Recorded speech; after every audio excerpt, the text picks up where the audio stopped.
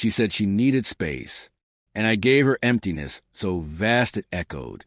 No screaming, no tears, just one ordinary evening. My wife Claire sat across from me, tucked her legs under herself like she always did, and spoke like she was commenting on the weather. I just don't feel happy anymore. That was it. No explanation. No cracking voice. Just a quiet declaration meant to soften the blow, like her tone would make it less devastating.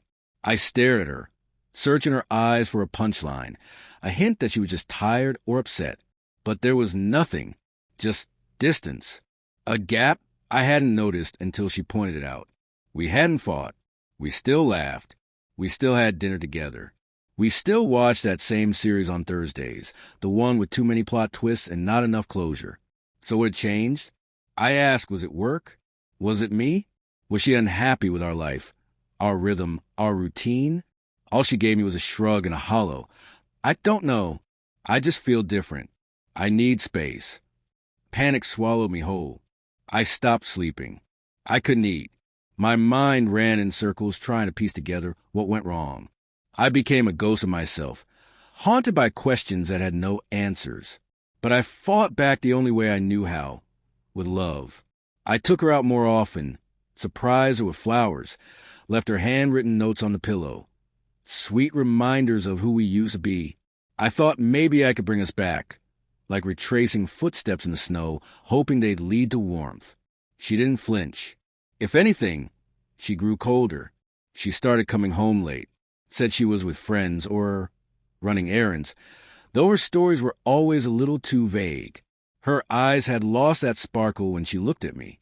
I was watching her drift away, fingertip by fingertip, and all I could do was hold on tighter. Then one morning, I let go. No more notes.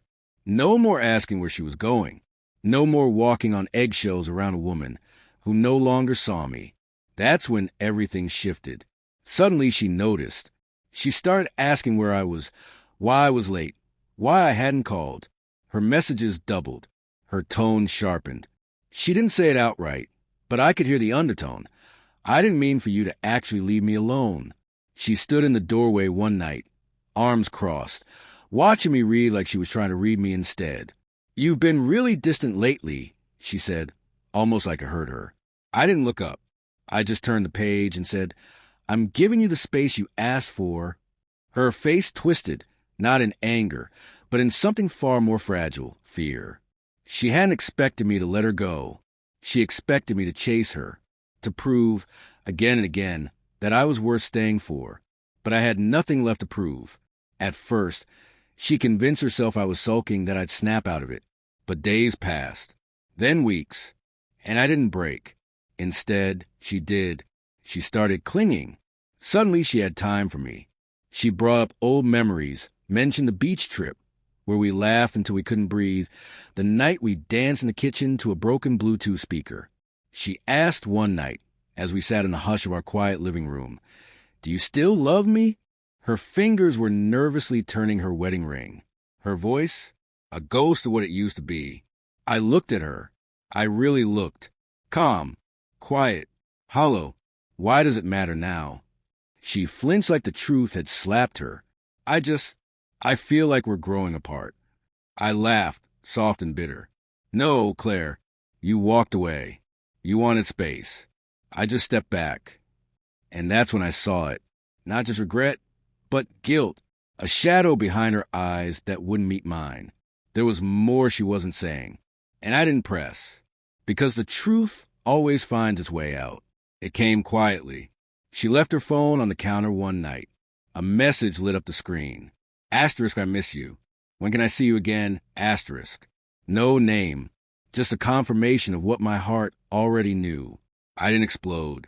No shouting. No confrontation. Just silence. She hadn't needed space. She needed options. She wanted security in my love while she explored someone else's thrill. She thought I'd be here, waiting, loyal, dependable, a man on standby. But I was already gone. I started waking up early. I returned to the gym, picked up old hobbies, met friends I hadn't seen in months. Not to impress her, not to make her jealous, but because I realized how much of myself I'd let disappear trying to keep someone who had already left me emotionally. She felt it one night as I grabbed my coat. She stood in the hallway with arms folded, trying to hold herself together with nothing but pride and trembling lips. "Where are you going?"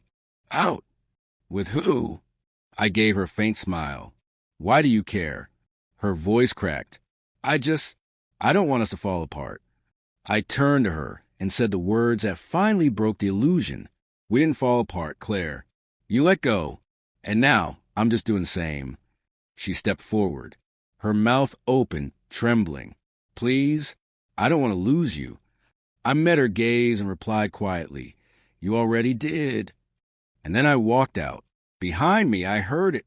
A soft sob, a whisper, "Please, just talk to me." But I didn't turn around. There was nothing left to say. She called. She texted. She poured out apologies and explanations that came too late, soaked in the same regret she created. But I didn't answer, because I had finally learned the difference between love and loyalty that only flows one way. She never wanted clarity. She wanted control. She never wanted space. She wanted permission to wander, while knowing she could always come home. But I'm not her home anymore. And to anyone who hears this, let me leave you with one truth. If someone tells you they need space, give it to them. But don't wait. Don't beg. Sometimes space is the prettiest lie people use to explore life without you, while expecting you to stay exactly where they left you. Let them go. And when they realize what they lost, let that realization be the silence they scream into.